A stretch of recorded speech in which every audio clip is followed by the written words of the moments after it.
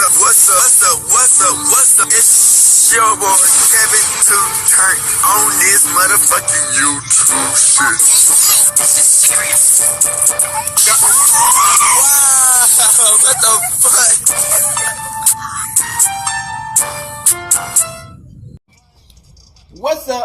fuck? What's up? It's your boy Kevin to on YouTube shit. Hey man, say man, we are Link 13 man, turn up. Today, it's one freaking day. Straight here outside crib shit in the gang. Hey man, hope y'all been enjoying these videos, man. We gonna be out here. You know what I'm saying? Make sure y'all like and subscribe, man. In the gang shit, man. Hey man, say man, free Palestine, free Congo, Russia do your thing, and Texas turn up, man. Hope y'all been enjoying these videos, man. We ain't gonna stop. Non-stop grind. You know what I'm saying?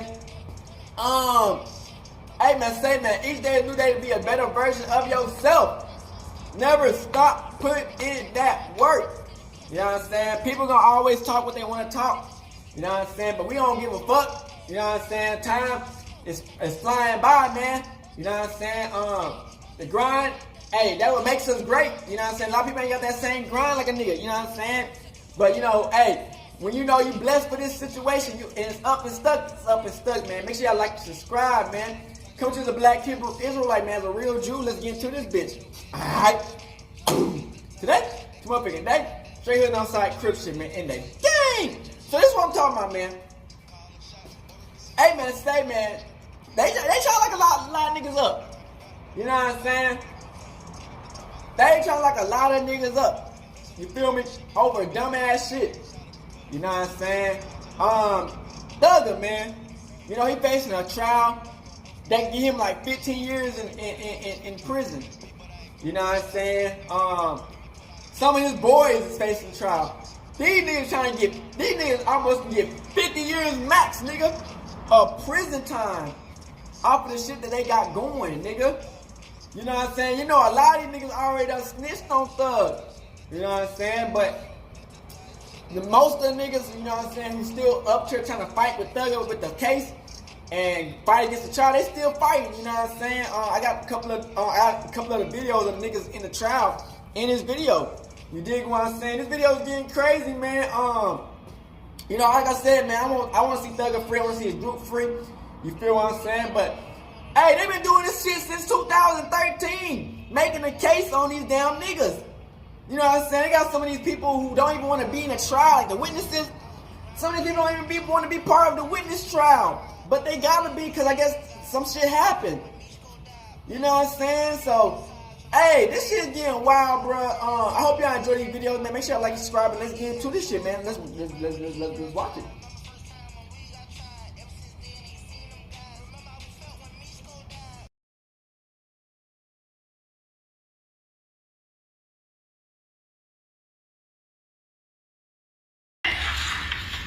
The Young Thug trial, gang.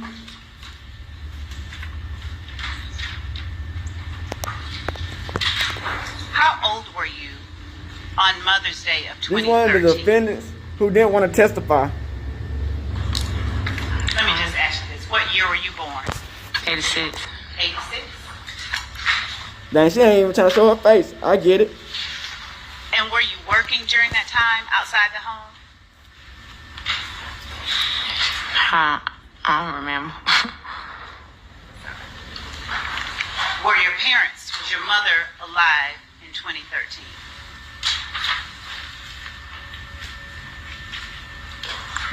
You had to ask me like that about my mother? Ma'am. Why you say, was she alive? Like, Did you have a family structure around you in 2013?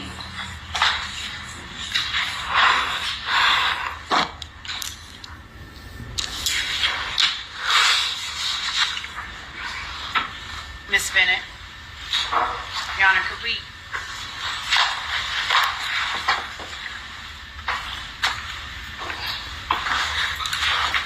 Thug like, you better not say nothing, bitch. Bitch, you say something, it's up and stuck, nigga. Miss Bennett, I'm going to move away from that, and I'm going to talk to you a little bit about the first time that you and I met, okay?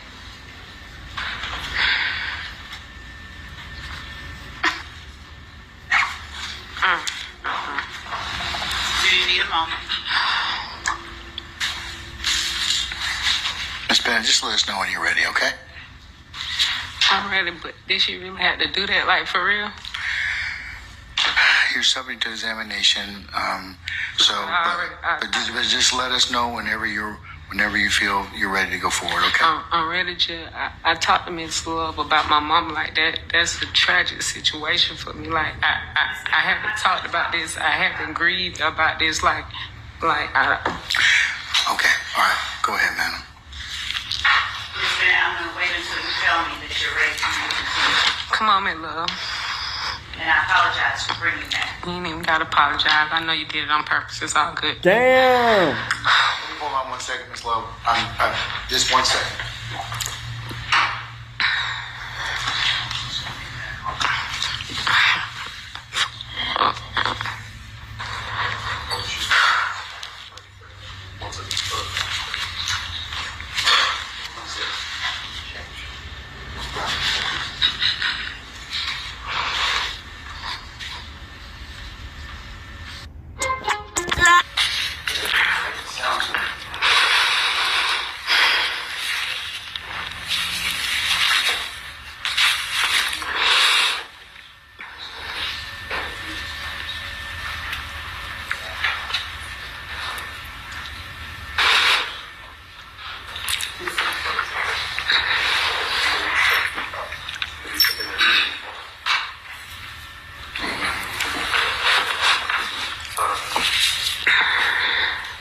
Just stick around just a little bit.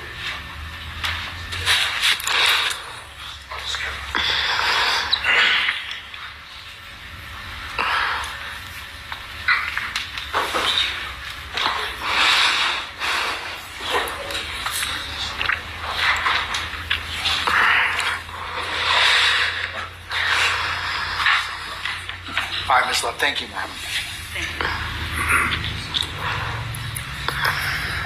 Miss Bennett, I'm going to ask you this question.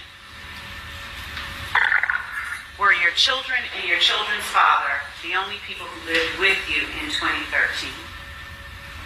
Yes. And during that time, how far away from your mother did you live?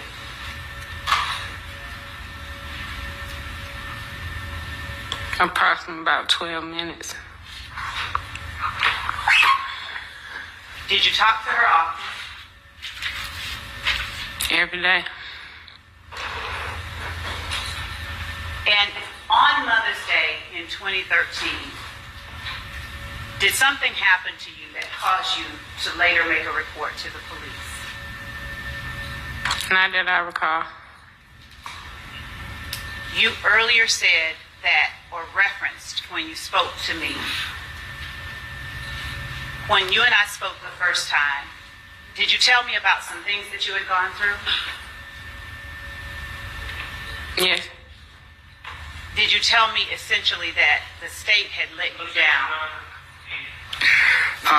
Mr. Short, I'm gonna overrule your objection. Did you tell me essentially that the state had let you down in a number of ways? No, when I talked to you, that's like the first time I talked to the state. Right. And when you say the state, are you talking about the district attorney's office? Or unless you stating like me being locked up and stuff, and I told you that, yeah. Yes, sir. Yes. Yes. And you spoke to me, or did you speak to me about getting some tragic information while you were locked up? About when I was locked up? Yes. And did that cause you to have any feelings of resentment towards the state? Objection, Your Honor. Leading. I'll overrule the objection, Mr. Matthews. I'll make it a continuing objection. Overrule, sir. You repeat it? Did what happened to you have an effect on you and your feelings towards the state? Yes. How did they affect your feelings towards the state?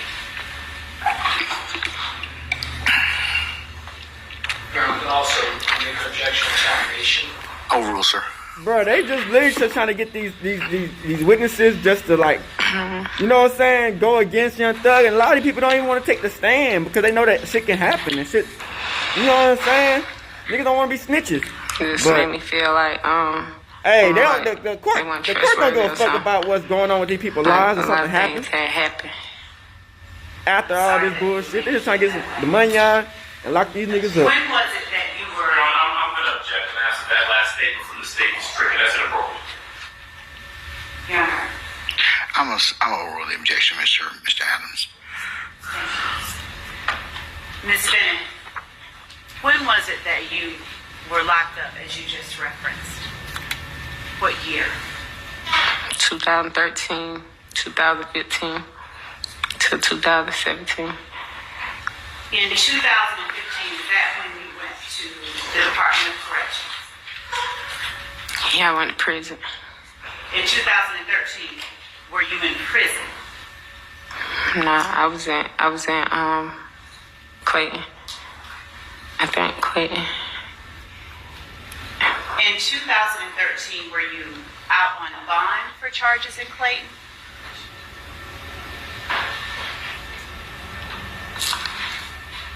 I can't remember if it was Clayton or Fulton. I'm going to show you what I will have marked as State's Exhibit number 28 Alpha. And I'll ask you to take a look at it. And I'll ask you if this copy of documents from Clayton County, Mr. Adams, you want to refreshes your recollection.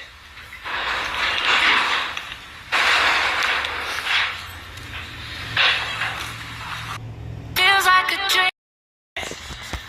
Is it fair to say you never said anyone kicked your door down?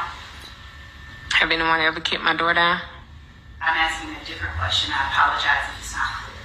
Is it fair to say that you never reported that Thug kicked in your door on Mother's Day? No, I never reported he kicked in my door. You said I reported that I opened my door. I can't open it in, he kick it. And it don't make sense. And that's why I said, is it fair to say that you never reported that he kicked in your door? No. And is it fair to say that you never reported that you were shot on May 12, 2013? I've never been shot. Unless y'all know something I don't know. 'Cause I ain't Damn, never look at they been make shot. up lies. They making up lies.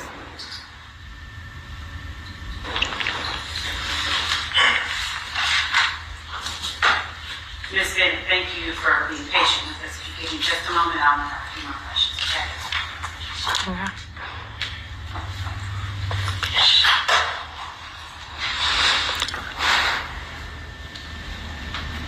Now, Ms. Bennett, when you met outside in the hallway, you met with me outside in the hallway of this courthouse, were there investigators and other people around? Mm-hmm. And at that time, earlier this year, did you indicate you did not wish to speak with me anymore? No. Somebody told me I ain't have to speak with you no more. And who was it that told you that? Mr. Hamilton. Did you tell me that I made you uncomfortable? No, I ain't tell you that. Because I ain't speak with you. Say that again. I said I didn't speak with you, so I couldn't tell you that. You're saying now that you did not speak with me outside in the hallway? Sorry, can I have this please speak to the microphone? Or speak up. I'll speak up, Judge. All right. Are you saying to the jury that you did not speak with me in the hallway? No, you asked me, did I speak with you? Was it other people around? I said yes. Then you said, did somebody ask you to not speak with you? I told you yes on that.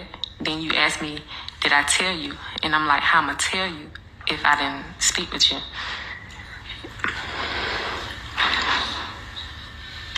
Miss Bennett.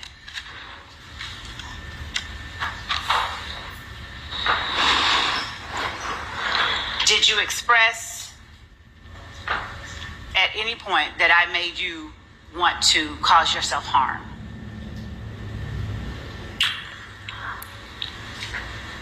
No, it was more not really not you, but the people in your circle, your team, or whatever they call. Cause like, I was really like trying to, I don't know, manipulate, if that's the word y'all was trying to do or something. What was it that I tried to manipulate?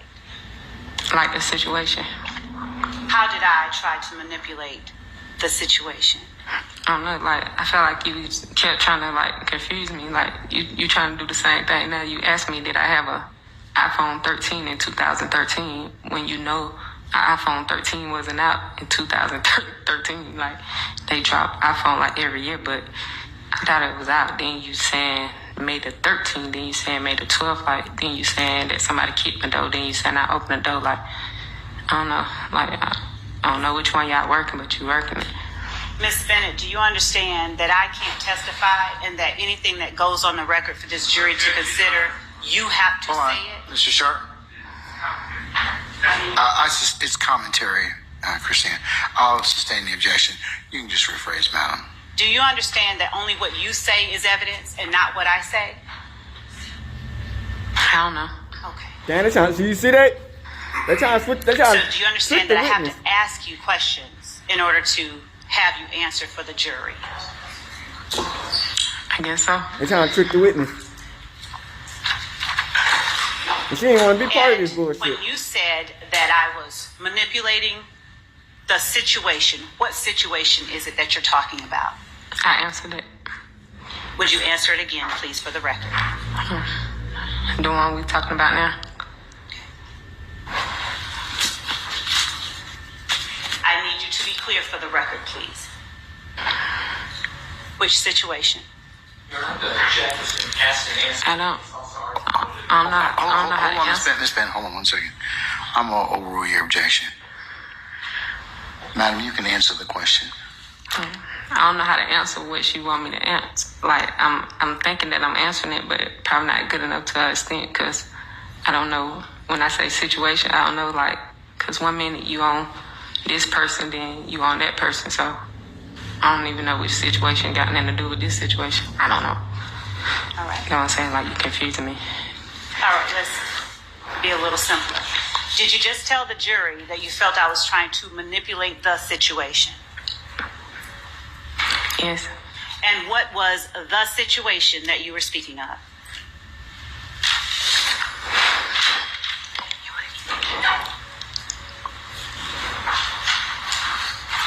You have to say it for the jury. What was the situation that you're speaking of that you felt I was trying to manipulate? And that's what I'm saying. Like, I'm answering the same question you asking me over and again. Like, Miss Bennett, do you? I don't know, because you spoke to me, like, on a lot of situations. Like, you was talking about Thug, then you started talking about my kid's dad, then you was telling me, asking about my mom, like, but I don't think all those things went together. Like, I don't think all of them mattered with each other. So, I don't understand. Tell the jury what I talked to you about. I thought I just did that. What did I tell you, or what did I ask you about Thug? You asked me, did he do a lot of things to me? And Like, you asked me, did he break in my house? Did he get this? Did he do that? Like, all the questions you just asked. Like, I can't remember all the questions you just asked. You ask them over, I can answer them. All right. And do you recall what your answer was? Yes. Okay. What was your answer to me when I first met you in the Wendy's parking lot? Yeah, you asked me, did I recall this person? And did he do these things to me? And I told you no. What did you tell me? What else did you tell me? Then we started talking about other situations. You was telling me about situations you had. And I think I started talking to you about my mama, which that's something I just told you. We ain't gonna do that here though. Okay. Did you tell me that you had blocked out large gaps of time? Yeah. Okay. Did I tell you that an officer had stated that? Your Honor, I'm going to object to that. I'm going to object to number one, testifying, and number two, hearsay. Your Honor, I'd ask that the court allow me to form a foundation for the question that will follow. I'll sustain the question at this point in time. Okay. If you want to lay some more foundation, that's fine. Do you recall me talking to you about Thug, DK, and Thug's brother giving you back your items? They gave them back. I'm asking you a question. Do you recall me talking to you about that? I don't remember you saying that. Do you recall me talking to you about them calling and apologizing to you? No, I don't remember you saying that. You don't remember that? Mm-mm. What else, if anything, do you recall talking to me about the first time that we met? That you're comfortable talking about to the jury? I repeat it because I just said it, but I repeat it again.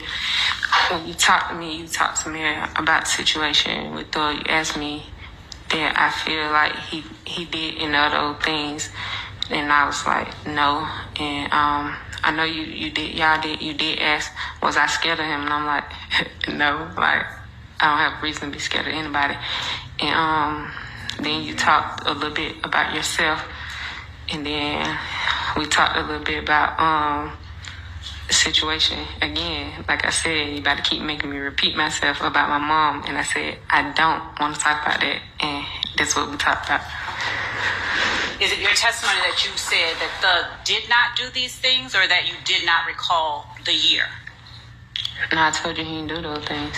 Okay. And you asked me, did it happen in that year? And I told you I don't remember a lot within that year. Okay. Did I ask you where you lived in 2013?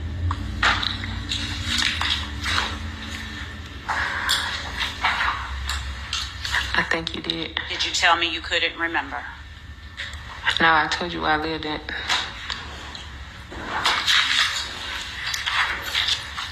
That's your recollection, that you told me where you lived. Is that what you're saying? Mm-hmm. Basis. I sustain the objection.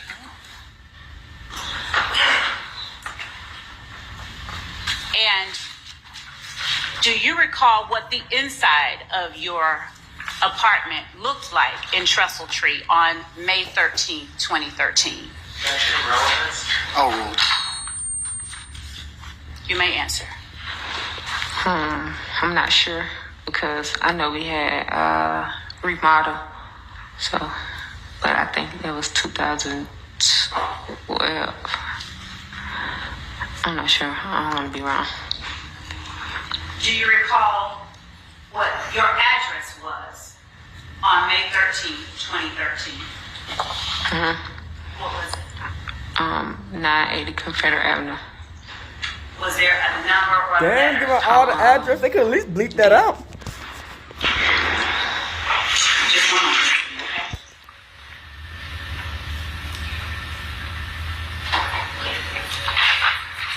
That's all I have right now, okay?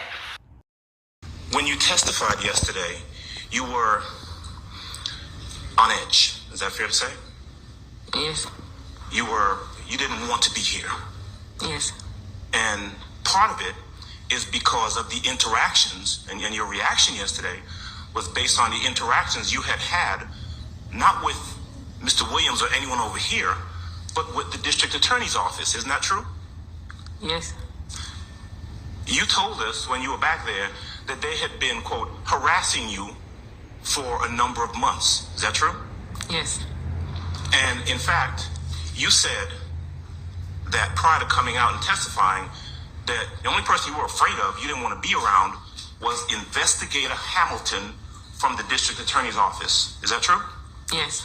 And you're saying that to us, and then your testimony subsequent to that was based on the interactions that you had had with Mr. Hamilton. Isn't that right? Objection, Your Honor, vague as to the question.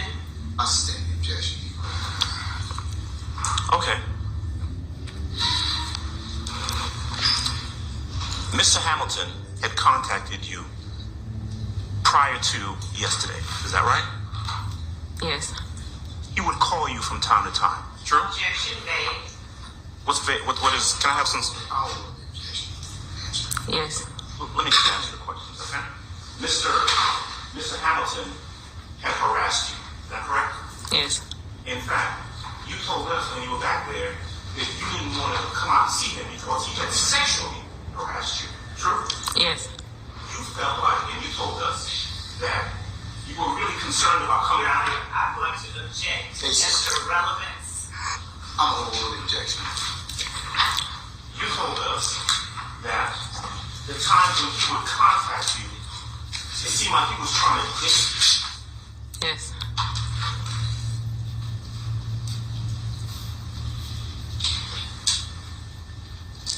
In your interaction with, and then Mr. Hamilton, you actually met with him at different locations. Is that right? Yes, I met him at a restaurant. Japanese restaurant off of Moreland Avenue Yes. a couple months ago. Maybe, I think February. He wanted to meet you, supposedly to talk about the case, Yes.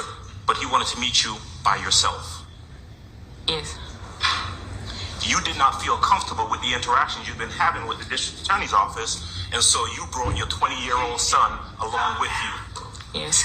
Question is the form. So, Your Honor, you just have to break it up so we'll know what she's answering. All right, I see. I'll break it up.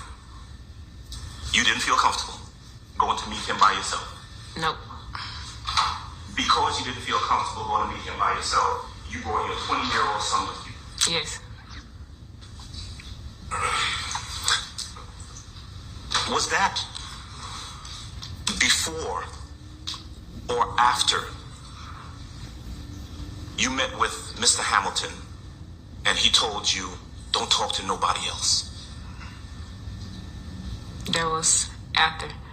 He told me before that. I came in, I seen Miss Love, and that's when I told y'all yesterday that me and Miss Love, we only discussed for a brief because they was like trying to tip me, and that's when I went to talk to him and a couple of more people from their team that I don't see right now, and then he ended up getting me by himself and asking me to give him my number and that he's gonna contact me and that I ain't need to speak with no one else, and if they contact me, do not answer or speak to them, only him. Okay. He told you that he would like to take you out when this was all over, didn't he? Yes. Damn. And then he's, as far as you know, he is an investigator, law enforcement investigator for the DA's office, right? Yes. What if I can't make it to the game? For the DA's office, right? Yes.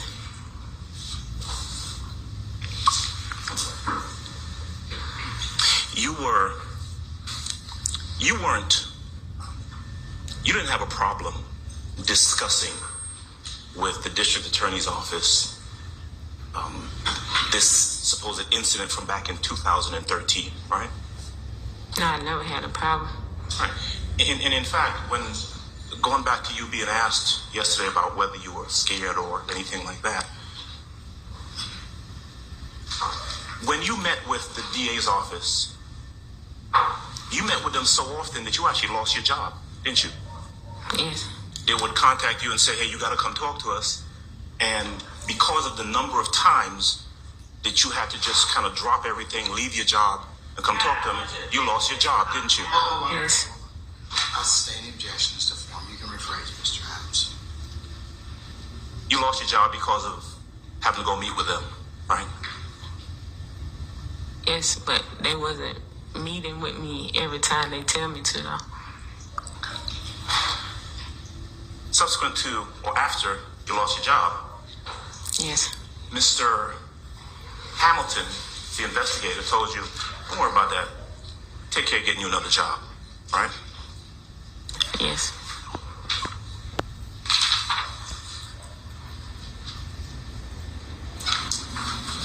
When you met with them, That nigga was trying when to you met fuck. with, I don't know.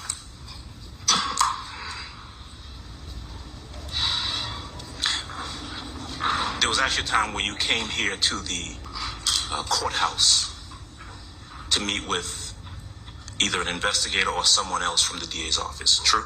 Yes. Okay. Were you supposed to meet with Miss Love? Were you supposed to meet with Miss Love? Yes. And you were brought here by an investigator, Investigator Long, right? Yes. You ended up not speaking to Miss Love that day. Am I correct? It's just for like a brief. Okay. Yeah, I would object and ask that witness answer the question. Yes or no, I didn't understand the answer. I'm overrule the objection. She's answered the question. When you, just to be clear, when you said a little while ago that Miss Love tried to tip you, is that what you said? Yes. What did you mean by that? Because when I met with Miss Love at the witness that she discussed, it was some things that we had talked about, and she told me like it was some things we talked about that wasn't gonna be brought up, but she wouldn't bring it up to me again, or we wouldn't have to discuss it. Okay. All right.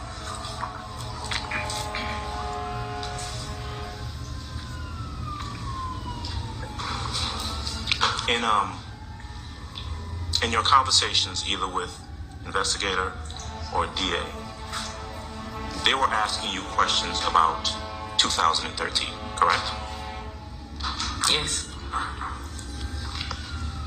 And you were asked yesterday whether you recall this supposed incident from back in 2013. Remember that? Yes. Your answer yesterday was really didn't remember, right? Yes. Not talking about yesterday now, but going back a couple of months, or whenever it was you met with them, you told them then, and them being the district attorney's office, whether it's an investigator or a DA, you told them then, I really don't have a lot of memory or remember much about 2013, right? Yes. This is one of the dudes who rejected the plea deal on, I think there's the murder trial. This is one of the dudes who rejected it. This shit is crazy. I know when you stepped out to take care of your medical issue, Ms. Hill That's a W. was going to say He ain't gonna there was snitch. an offer extended to your client, so she has not put that on the record for purposes of. Especially if you ain't even do it, you ain't even part of. Don't snitch.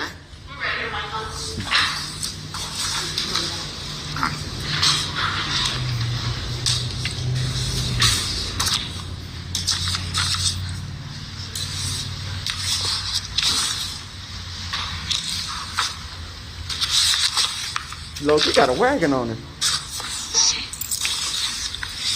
Ready, Your Honor? Yes, ma'am. Go right ahead. Your Honor, as it relates to Mr. Tinquarius Mender, Mr. Mender is charged with count 1 of the indictment, conspiracy to violate the Racketeer Influence and Corrupt Organizations Act, which carries a sentence of 5 to 20 years. Damn. He's also charged with count 44 of the indictment, which is possession of a weapon by an incarcerated individual, which carries a sentence of 1 to 5 years. Damn. Count 45, possession of a telecommunication device by an incarcerated individual, which carries a sentence of 1 to 5 years. Damn. And last, count 46, which is participation in criminal street gang activity, which carries a sentence of 5 to 20 years. They trying to get this nigga about 30 years, bitch. Mender is an ANC recidivist. The state did file a recidivist notice. I'll be trying to reject the plea deal too. Shit. Of this year. If Mr. Mender was found guilty of all the counts in the indictment, he'd be looking at a maximum exposure of 50 years to serve in prison. 50 years? Explain the difference, I think, for Ms. I'm sure that Ms. Bailey has probably explained that to her client.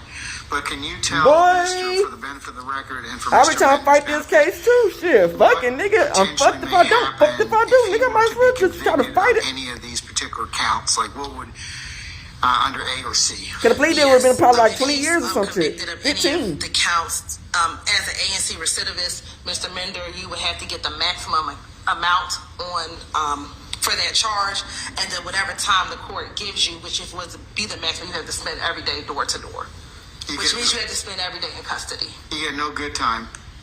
It's a to-the-door sentence. Yes, he would get any credit for a time served. Of course, yeah, absolutely. But anything else would be a full sentence door to door.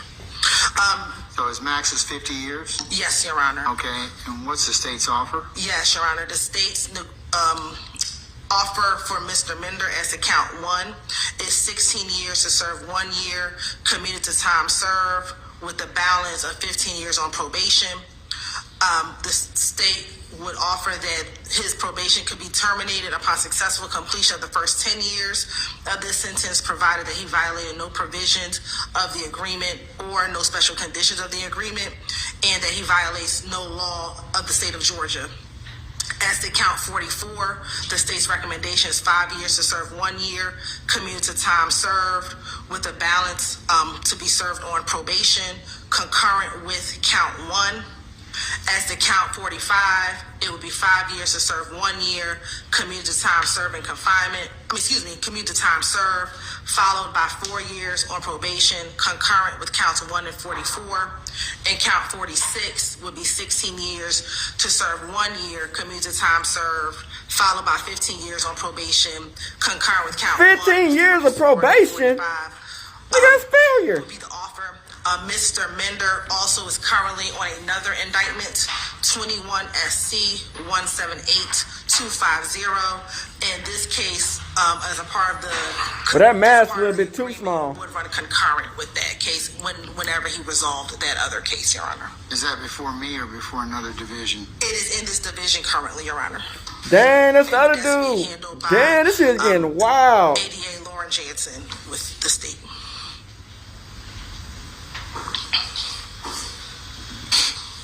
Does he have bond on that case ending in 250? I don't believe he has a bond on that case. No, That might as well sign this off a murder case, shit. But on this case, he could go home today. Correct. If he was given a bond, he would. This case, he would not have served any jail time on this case. Okay. And that offer will also conclude today, Your Honor. All right. Ms. Fagan, have you communicated that to your client in terms of is that to correctly summarize the plea agreement or the potential plea offer, I should say? The only change was that he wasn't aware of the concurrent status for the second case. At this time, though, he still maintains a not guilty plea. Sure. Respectfully rejects the offer, and we announce ready for trial. Okay, Mr. Mender, I'll tell you and I'll tell Mr. Beebe and Mr. Stevens the same thing, okay?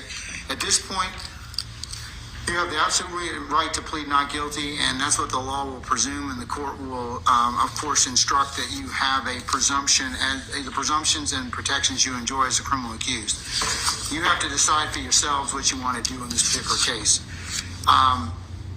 Depending upon the results or the outcome of the trial.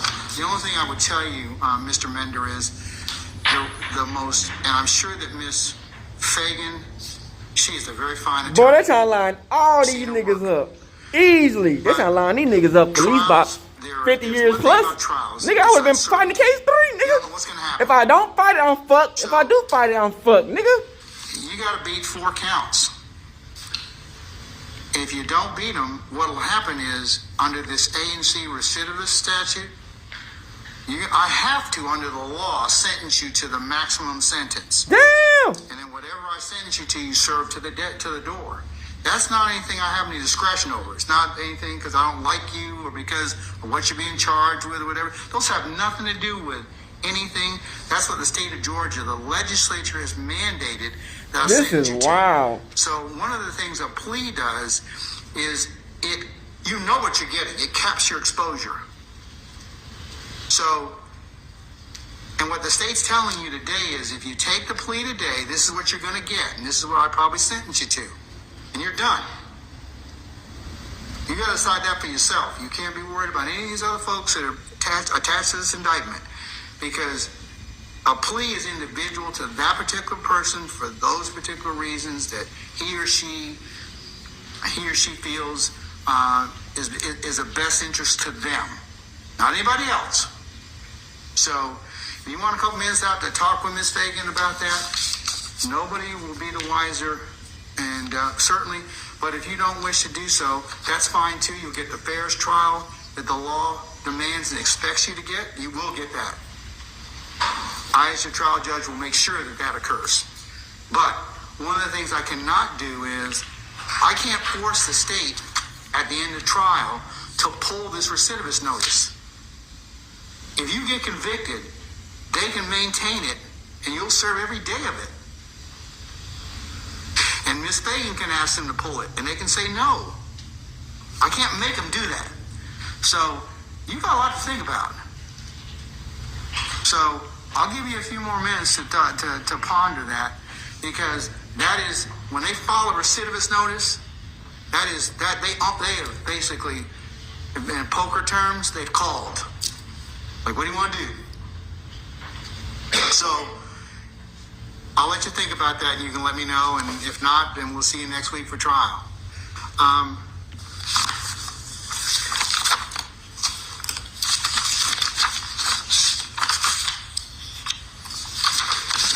Mr. Beebe, where are you? Here you are. Just in a similar situation, we would reject the state's offer as provided on record, Your Honor. However, Who is that nigga? would ask the court would hear a non-negotiated plea as to the indictment. I would. If that's the case, Judge, Mr. Beebe was then asked if he did not agree This with is Your getting Honor's wild. sentence, would the court allow him to withdraw the plea to trial? I need to think about that for just a second, okay? Understood. Just give me a minute, okay? But yes, that's more than fine. Mr. Beebe, you got the same kind of same discussion I had with Mr. With Mr. Mender applies to you, but let me just get back with you in just a second, okay? Mr. Stevens, where are you? Okay, madam, are you still talking with your client? Yes, you are. I'm actually still exchanging text messages with the state. Okay, I'm going to take a couple of minutes out and let you all continue to chat. I'm going to just take a recess, and I'll come back in just a minute, okay? Thank you, Your Honor. Okay, you're very welcome. All That right. nigga like, man, fuck this shit, nigga. The one in the back, yeah, man, fuck this shit, nigga. I'm just gonna take it to the trial, nigga. Fuck what they talking about, nigga. I know I can beat this case head ass. Bro, this shit is wild.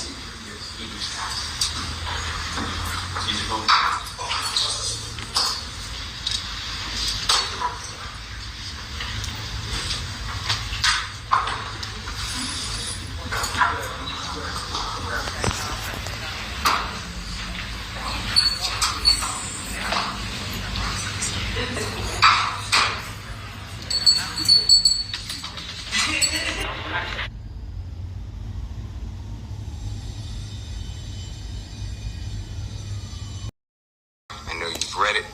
So now they're trying to Said, YSL defense wants to suppress the his music lyrics. fact that Baker was not a gang case, not a RICO case, not a conspiracy case, a RICO conspiracy case. I understand that, but it did involve the playing of just a video, what was deemed by the Supreme Court of Georgia a rap video, no lyrics, because the lyrics were not understandable.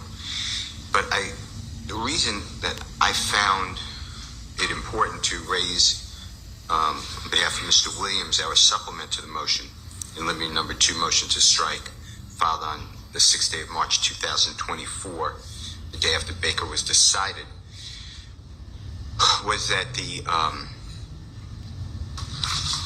highest court, and it's a 7-2 opinion in Baker, really took to task the use of a video, just the images. The video was, and I'm quoting from Baker, the video was glorifying violence and gun violence and a sort of street life, glamorizing it. And then I go to footnote 16, and I've given the Honorable District Attorney already a copy, and I've given this Honorable Court and the Honorable Mr. Kearns a copy of the 3 cases that are in footnote 16, where the Supreme Court of Georgia wrote, we note that the probative value of the rap music video was further diminished by the state's failure to present any evidence that Baker's performance of Crawford's rap song was not wholly theatric. So they trying to say that, hey, what y'all talking about, man? This song is not even about nothing. They wasn't doing any of this bullshit. And they write, explaining that a rap music, they being the Supreme Court of Georgia, explained that a rap video was minimally probative under Federal Rule 403 because there was no proof that the appellant authored the lyrics or that the views and values reflected in the video were in fact adopted or shared by the appellant. So I thought that was important because here the state is trying to introduce numerous lyrics and videos. Let's talk about that. Baker arguably involves the introduction of a video which there's little nexus to what they're trying to prove. Could you discuss for me how that, in this particular case, the state has said, look, we're gonna tie this to some aspect of membership, of leadership, and other things that are required to be proven under the gang statute. So tell me if you could distinguish that for me or talk about that, because I think the facts in Baker are a little bit different than the facts in this particular case. And remember, I've also told you it's subject to foundation. So address that for me if you wouldn't mind. Sure. So I don't believe that the state will show any type of nexus, and in New Jersey versus Skinner, SKINNER, which is 95A as in Atlantic 3D 236 2014, cited, the reason I'm using it is cited in that footnote 16, and in the copy of the copy that I gave this honorable court, the printed copy this morning, and the parties in page 11 of 15. Are you talking about Skinner? Yes, it should be on top, Your Honor. New Jersey or versus Skinner. And on page 11 of 15, it's footnote 5, which is at the bottom right. And I think that answers for me the question, and that was cited by our highest court in Baker. And it specifically says in that footnote, of course, rap lyric evidence that provides direct proof against a defendant, such as an admission or details that are not generally known and dovetail with the facts of the case, should be analyzed for relevance under 401 and evaluated under 403 standard for prejudice, and not the standard for prejudice under a Cofield analysis. And then they cite another case from New Jersey, recognizing intrinsic nature of evidence that directly proves charged offenses as excluded from 404B's analytic framework. A jury need not be shielded from a defendant's confession simply because it conveyed in a rap or other artistic setting. So basically saying, nigga, y'all can't use this against us, and if a nigga do the confess, you still can't use against us because you can't prove it. Saying things like, and I'm just using out of the indictment, I ain't killed nobody, but I had something to do with that body. They just said, there it is, Judge. That's what we're saying. We're saying that Mr. Williams' hands are always clean and he has other people kill for him because he's the leader. That lyric, first of all, is used in other songs, which I've mentioned to court previously. But in addition to that, that's not something that's unknown. There's no details. There's no nexus. This honorable court, to admit that, is just admitting the artistic work, doesn't know if it points to any type of killing. It just goes to propensity. And I believe under Baker, 403 analysis should shield it. So I hope that answers your question, but that's what Skinner says to me from New Jersey. That was cited by our highest court. In Commonwealth of Massachusetts versus Gray, which is another case I've given this honorable court and the parties, and it's on page 12. Oh, I'm sorry, it's 978 New England or New Northeast 2D NE 2D 543 2012. On the opinion that I've given to this honorable court and the parties on page 12. Up 13? Yeah. Okay. On the left-hand side, the first full paragraph is in the center of 12. The video, I'm just reading what the court wrote from New Jersey. The video was produced at an unknown point in or before 2005 and was available on a commercial website promoting rap artists. The defendant did not write or perform the lyrics or produce the video, and it was not found in his possession. The lyrics show no connection to the defendant that would suggest that they were biological biographical, or otherwise indicative of his own motive or intent at the time of the shooting. Yet the video was admitted specifically as an asserted statement of gang allegiance by the defendant based on Sheehan's, which is S-H-E-E-H-A-N, possibly as voir dire testimony to its meaning. Even if the video had contained direct statements of the defendant's gang allegiance, we are not persuaded by the opinions of courts in other jurisdictions that view rap music lyrics not as art, but as ordinary speech, and have allowed their admission in evidence as literal statements of fact or intent without contextual information vital to a complete understanding of the evidence. And to answer your question, I hope I'm answering, but the state can't do that. They didn't proffer to you anything that would associate these lyrics with a certain crime. The closest they came is they told the court that trestle tree, that Jeffrey Williams said the word trestle tree, which is a section, a street where crimes were committed in this case. The fact that he is using trestle tree in a song certainly cannot be that he's somehow involved in that crime. In addition to that, the prosecution spent 4 months showing or trying to show that Mr. Williams is the leader of this gang. They have put on over objection Mr. Bean's recorded statement with Detective Quinn saying that Jeffrey Williams orders, he commands Mr. Murphy to do something. They put on Trintavious Stevens, who said inconsistently, but said Jeffrey Williams is a member of the gang. They put on that Jeffrey Williams is the slime, the big slime, King Slime, rather, excuse me. They put on Detective Belknap. They are going to use, over objection, Detective Gazer, bro, they're trying to do everything, trying to use all his names. YSL, they're going to use Detective Dennis as a gang expert on YSL, over objection. They're going to use Investigator Vivarito as a gang expert on YSL, and all of them make, for certain, over objection, Mr. Williams the head of this supposed criminal organization. So why did the lyrics have any probative value if it's simply cumulative? I'm trying to answer your question, but my point is to use the art, to assume that that is statements that the state argued are confessions. That's what they said. These are confessions. They said that we didn't go out and find them. Mr. Williams, handed them to us. These are his inner workings of his mind. But it's an artistic industry that our courts now, for the first time, this is the first time in Georgia, our court has said in footnote 16, we got to be careful. And they cite to these cases that say you got to be careful. The next case cited by our highest court is United States versus Gamory, G-A-M-O-R-Y, and that's 635 F3rd 480. It's 11th Circuit 2011. Again, it's in footnote 16 of the Baker case.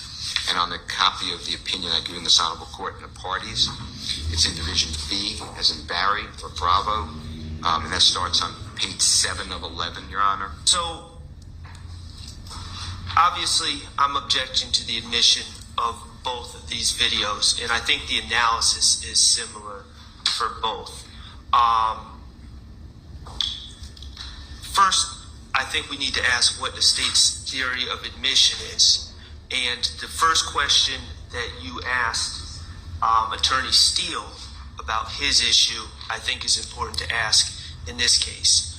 What is the direct nexus? What nexus is there to any allegations in this indictment, any crimes? Regarding the video Smile It Off, I will concede it is listed as an overt act, 95, okay? And I'll get back to that. My stance is just because the state pleads something as an overt act doesn't make it automatically admissible. If I had a client who said something in a confession that was deemed inadmissible for Miranda violations by the court, and the state decided to put in their indictment as an overt act, it wouldn't overrule the gatekeeping function of the court to keep it out. So that is an is listed as an overt act, but it has no ties and no nexus to any substantive offenses. Essentially, in that rap video or in that verse, I believe that you can see my client. Now, I know the state has pointed out in previous pleadings, he is allegedly wearing a YSL necklace, and he's allegedly wearing red.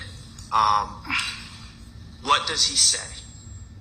He says, he talks about going to, I believe he says the plug, but essentially robbing drug dealers or drug distributors. He boasts of keeping a stick, which common parlance is an assault rifle, on him. And he says, I just beat a murder rap, paid my lawyer $30 for that. Now, none of those statements, robbing drug distributors, that has no direct nexus to any substantive charges in this case. Keeping a stick has no direct reference to any charges in this case. I just beat a murder rap, pay my lawyer $30 for that. Now, I think it's fair to say that that is most likely a reference to being wrongfully arrested back in 2015 for the murder of Donovan Thomas. He was arrested in October of 2015. He stayed in jail for a long time as his co-defendants' cases had their preliminary hearings, were dismissed. Eventually, the state dismissed cases against all three other individuals that were charged in that case, along with Mr. Stillwell. Mr. Stillwell was granted bond. And as artists do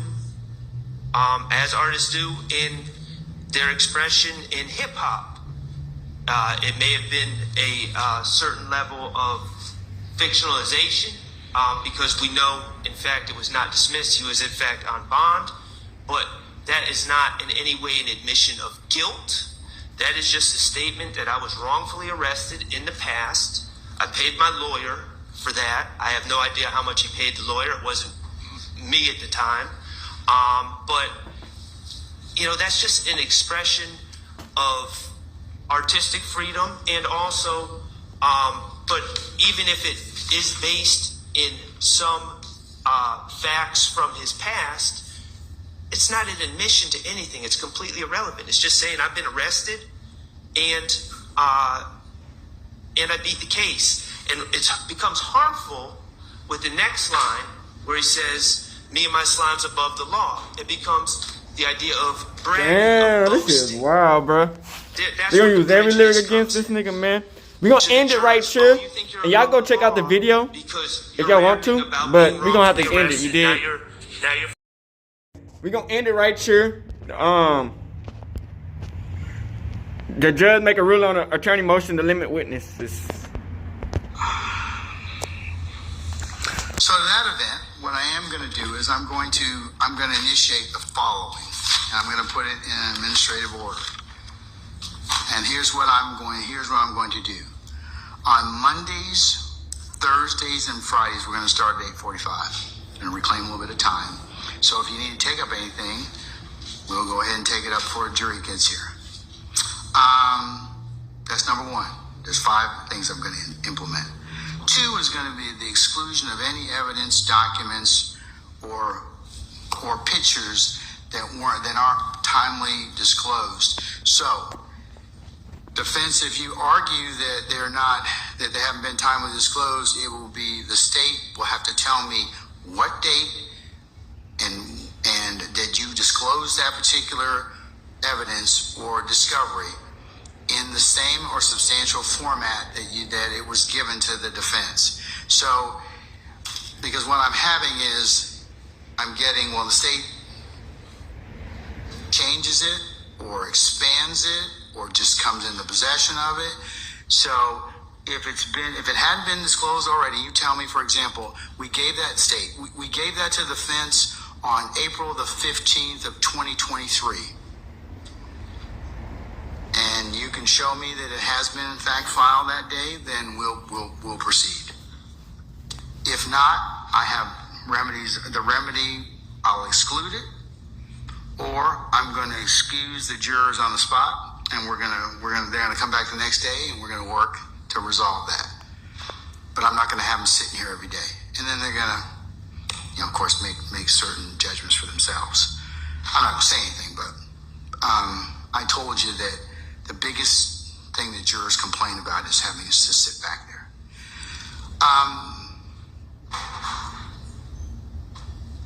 Also, if it's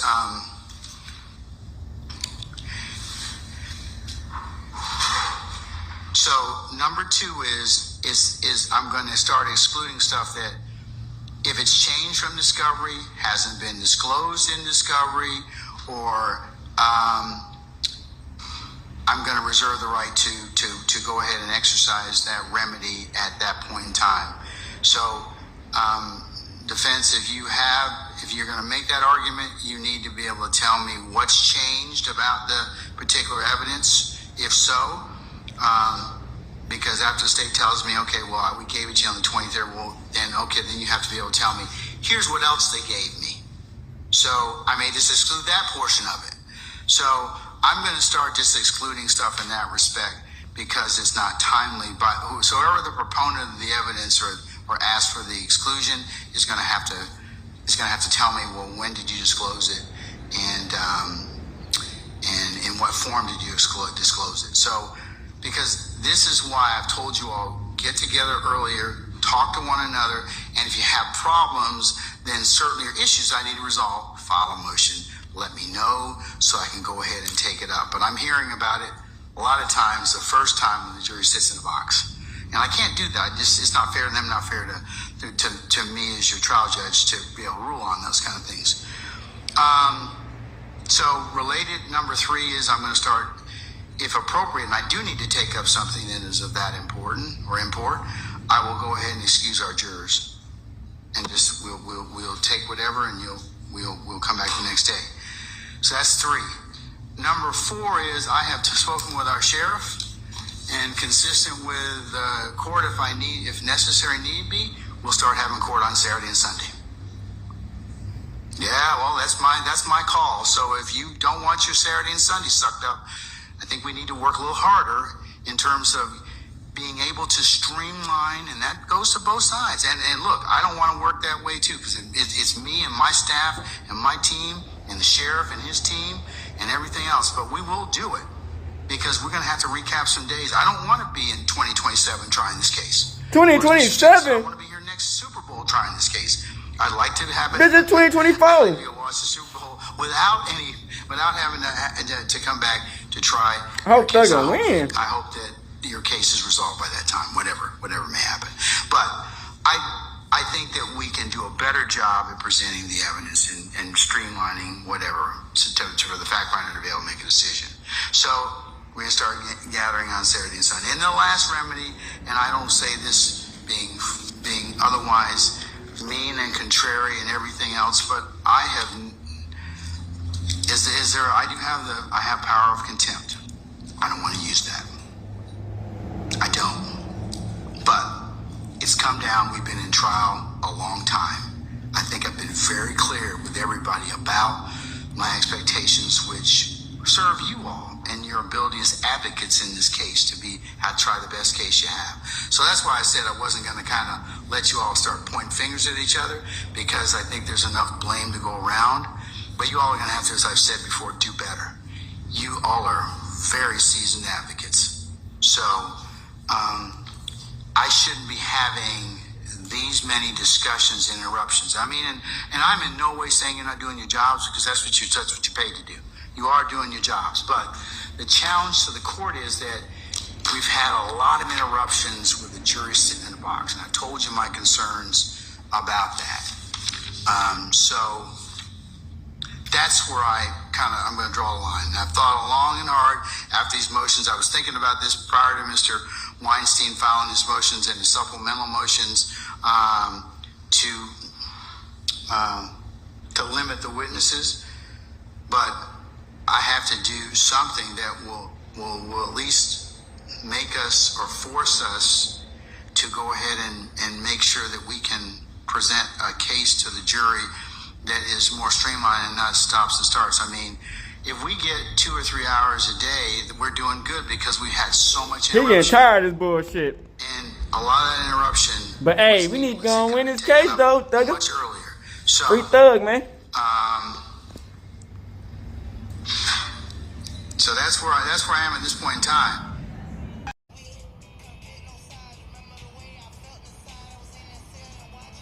Alright, back. So yeah, man. See, y'all see for that bit, man. They got some situation going down. You know what I'm saying? The witnesses. You feel me? A lot of people from the witnesses, man, they don't even want to do this shit. You know what I'm saying? They really got like one of the lawyers, whatever the fuck they call, was trying to date the lady, one of the witnesses. They said, hey, after this shit get done, nigga, come scoop with a young street nigga like this. Let's go scoop with a nigga after this trial. Like, bro, nigga trying to put Mac on the witnesses. Nigga said, yeah, I'm gonna get this witness animal fucker after this. Like, what? You know what I'm saying? And the bitch, she told everything. I know the nigga in the back who started this shit, who was supposed to be like the main person who's supposed to like, you know what I'm saying, be the person like, for the witness. I don't know, like, what the absolute fuck? This bitch snitched on every damn thing, nigga. He was like, hey, this motherfucker like, yeah, at this, you know Thugga might be, yeah, but hey, I'm gonna try to fuck you too. Like, what? Like, she was gonna be like, yeah, let's do it. She told everything, damn. That motherfucker gets no love, you know what I'm saying? That nigga like, damn, I tried it. And that nigga like, fuck, she done told the whole fucking people. Hey, this shit is crazy. Then the judge talking about, this thing could end possibly like 2027. 2027, that's like 3-4 years. Nigga ain't got no 3-4 years to be seeing like, damn, if Thugga's gonna be like, fuck, nigga, hopping. Like, damn, man, you know. This trial might have couldn't even have started if they wouldn't have had enough jury people. You know what I'm saying? This shit is wild, man. You feel what I'm saying? This sucks, man. They use his lyrics against him. The people on his team trying to fight against these lyrics. Cause like niggas make a whole bunch of lyrics, you know what I'm saying? And you know, they trying to use his lyrics against everything he done. You know what I'm saying? Like they trying to say he's the ringleader in this bitch, man. That shit wild. You feel what I'm saying? Thugga, Crip. Hey, I feel like Thugga beat this case, man. You know what I'm saying? He got some good lawyers who gonna fight and say, hey, nah, it can't be. Hey, that sound good, but nah. But like they said, man, Thugga was gaining weight and shit in jail, man. I just don't know what they gonna do next, bruh. You feel me? It's like he got like 3 more people who trying to fight that bitch, man. They trying to get them niggas a 50 piece, nigga. A fucking 50 piece. Like, come on, man. There's no 50 piece. You feel what I'm saying? And it's like Thugga, man, you know, I know he trying to stay cool, calm, and collected, you know what I'm saying? But I bet behind that, she's like, damn, nigga, I had the M&M's, the big ass crib, nigga. I had the whips on deck, nigga. I had the biddies lined up. Damn, you know how it goes for that nigga. Like, I got the biddies on deck. Now these niggas trying to lock me up for 15 years plus for some shit that I possibly even had nothing to do behind. You know what I'm saying? You know, hey, Young Thug been putting that work in, you know what I'm saying? I hear music, you know, for years, man. And, you know, sometimes that's how shit goes, you know. I'm pretty sure he knew what it could end like, you know what I'm saying, if it continues to go how it went. You know what I'm saying? They had private investigators looking at his shit, man. They was racking shit up. Oh, he did this. Oh, he did this. Oh, he did this. Oh, he did this. You know what I'm saying? Since 2013, bro. Think about that shit, man. The statute of limitations should have been done, got that shit out the paint, but, you know, the government, man, they can do whatever the fuck they want to, man, you know what I'm saying, at any time. Anything, you know what I'm saying? It's like, fuck, you know what I'm saying? And that's what I said, man, I feel like, man, sometimes I don't feel like it's our country, man. You know what I'm saying? It's like, damn, they just trying to control us like puppets and ruin us, man. But yeah, man, so The judge was talking about they was trying to see what's gonna happen about after on that ruling and stuff. Hopefully they get a good ruling and it don't take that long, man. I don't know, man. I just feel like, man, at the end of the day, man, this gonna take a minute, man. So y'all get prepared. Hope y'all enjoy these videos, and yeah, man, we out this bitch. Gang, hood, free.